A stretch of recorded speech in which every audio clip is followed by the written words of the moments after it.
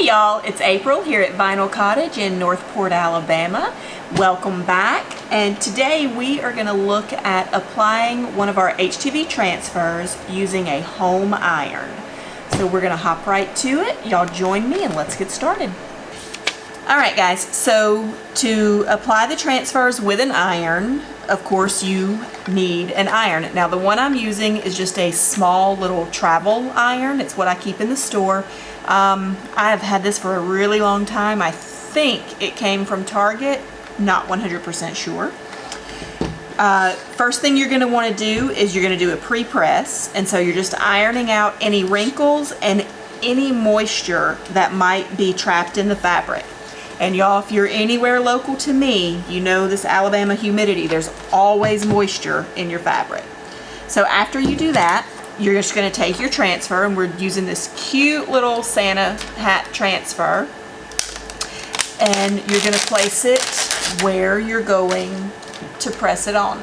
Now, if you are unsure about how to prep your transfers, don't worry about that. I will put a link to that video below so that you can see exactly what to do when you get your transfers and you're ready to press them.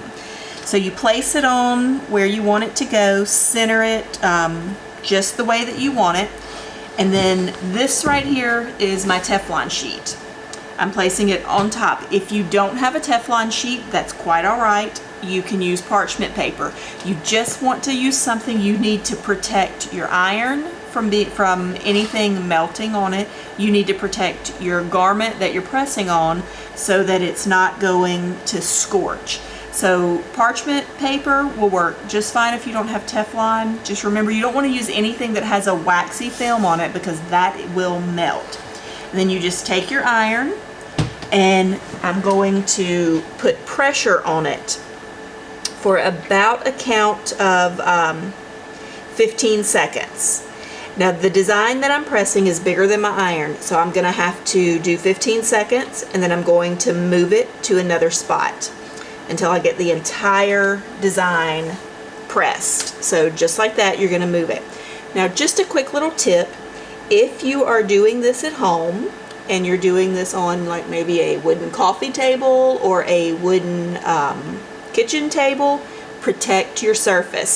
See how I have, this is just a little piece of cardboard, a little bit thicker than a cardstock, and that, because this heat, you're using high heat. I'm pressing it, my little travel iron, I have it on max temperature. Whenever I use my home iron, I press at, I put it on my cotton settings. So it's pretty high heat, and it will damage the wood if you're not careful with it.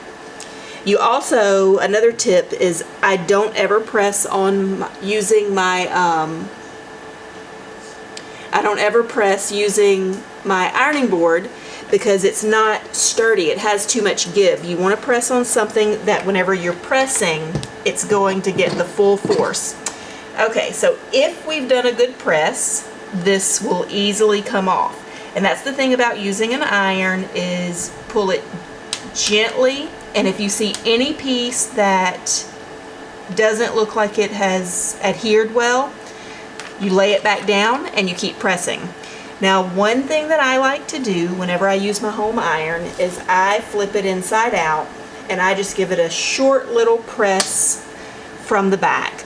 Just because an iron does work, y'all, but I am so nervous about things maybe ever coming up that I want to do a quick press from the back, not even as long as I did the front press, but just to help make sure that the adhesive is fully adhered to the fabric.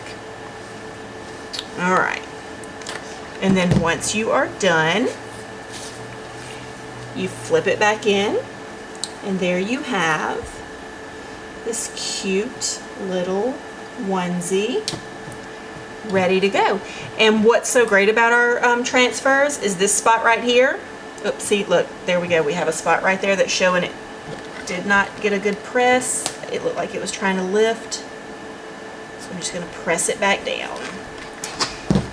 But you can layer on top, so if you cut out in vinyl a name, you could put it right on top of that little Santa hat. So it's completely layerable. And there you have it.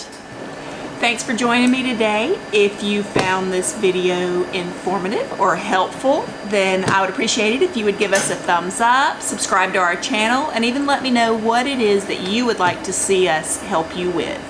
Thanks again, y'all. If you're local to us, y'all come see us because we'll be waiting on you.